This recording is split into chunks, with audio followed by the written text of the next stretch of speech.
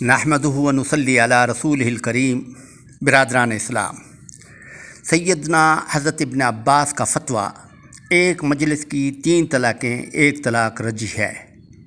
احادیث کی مستند کتب سے حدیث کی معتبر مستند کتاب ابو داؤد میں روایت ہے کہ سیدنا حضرت عبداللہ ابن عباس رضی اللہ تعالیٰ عنہ ارشاد فرماتے ہیں کہ جب کوئی شخص کہے کہ اس قال انت طالق ثلاثا بفم واحد فہی واحدۃ، کسی نے اگر ایک ہی جملہ سے 3 طلاقیں دی تو وہ ایک ہی طلاق ہوگی۔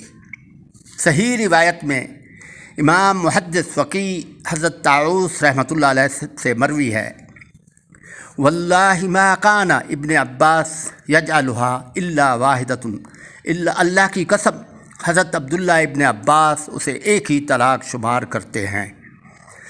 حدیث کی مستند کتاب مسند احمد میں سیدنا عبداللہ ابن عباس رضی اللہ تعالی عنہما سے روایت ہے کہ بنو مطلب کے بھائی حضرت رقانہ بن عبد الیزید نے اپنی بیوی کو ایک مجلس میں 3 طلاقیں دے دی، پھر اس پر سخت پریشانی ہوئی تو رسول کریم صلی اللہ علیہ وسلم نے پوچھا تو نے کیسے طلاق دی ہے؟ انہوں نے عرض کی کہ میں نے اسے 3 طلاقیں دی ہیں۔ فرمایا کیا ایک ہی مجلس میں؟ عرض کی جی ہاں اے اللہ کے رسول، ایک ہی مجلس میں۔ آپ صلی اللہ علیہ وسلم نے ارشاد فرمایا یہ تو ایک ہی طلاق ہوئی، اگر تو چاہے تو اس سے رجوع کر لے۔ تو حضرت رقانہ رضی اللہ تعالی عنہ نے اپنی بیوی سے رجوع کر لیا۔ اس صحیح مرفوع حدیث میں واضح طور پر نبی کریم صلی اللہ علیہ وسلم نے ایک مجلس کی 3 طلاقوں کو ایک ہی طلاق قرار دیا ہے۔ اسی طرح حدیث کی مستند معتبر کتاب صحیح مسلم میں امام مسلم تحریر فرماتے ہیں کہ سیدنا حضرت عباس رضی اللہ تعالی عنہ بیان فرماتے ہیں کہ رسول کریم صلی اللہ علیہ وسلم کے پورے دور میں اور حضرت ابوبکر صدیق کے پورے دور خلافت میں اور سیدنا حضرت عمر فاروق رضی اللہ تعالیٰ عنہ کے ابتدائی 2 سالوں تک اکٹھی 3 طلاقیں ایک ہی شمار ہوتی تھیں۔ پھر سیدنا حضرت عمر رضی اللہ تعالیٰ عنہ نے فرمایا لوگوں نے ایسے کام میں جلد بازی شروع کر دی ہے جس میں ان کے لیے تحمل اور سوچ بچار ضروری تھا۔ اگر ہم اس عجلت کو ان پر نافذ کر دیں تو شاید وہ تحمل اور سوچ بچار سے کام لینا شروع کر دیں۔